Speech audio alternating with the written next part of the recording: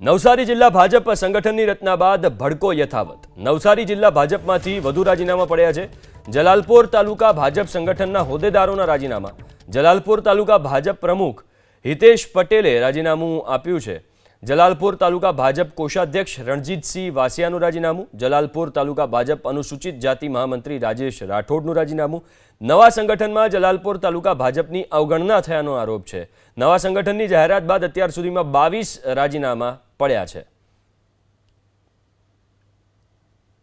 હું પહેલા યુવા મોરચામાં ઉપપ્રમુખ તરીકે હતો અને પછી જિલ્લા યુવા મોરચામાં જિલ્લા પ્રમુખ તરીકે મેં મારું આખું કારકિર્દી એટલે કે મતલબ કે ટાઈમ પૂરો કર્યો અને હાલ મને હમણાં જવાબદારી મળેલી હતી જલાલપોર તાલુકા સંગઠન પ્રમુખ અને તેમાં પણ મારી જવાબદારી મેં સારી રીતે નિભાવી છે।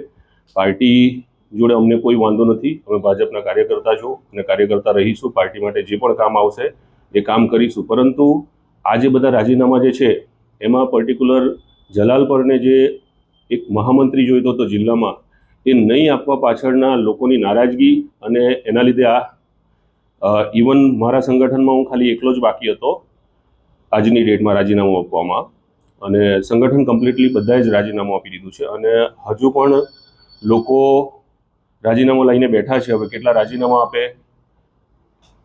એ છે જોવાનું। આજે અમે 4 જણા આપ્યું છે।